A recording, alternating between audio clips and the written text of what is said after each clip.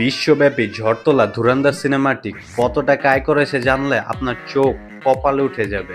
কিছু reliable source অনুযায়ী ধুরন্ধর মুভিটির budget ছিল প্রায় 280 কোটি রুপি, যা বাংলায় কনভার্ট করলে দাঁড়ায় প্রায় 372 কোটি টাকা। এখন গেস করেন ধুরন্ধর সিনেমাটি কত টাকা আয় করেছে?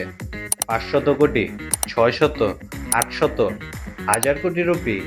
না, বাট সেটা জানার আগে এখনই পেজটিকে ফলো করে রাখুন, যাতে নেক্সট টাইম কোনো হাইপড মুভির বাজেট অ্যান্ড কালেকশন নিয়ে আসলে সেটা যেন সবার আগে আপনি জানতে পারেন।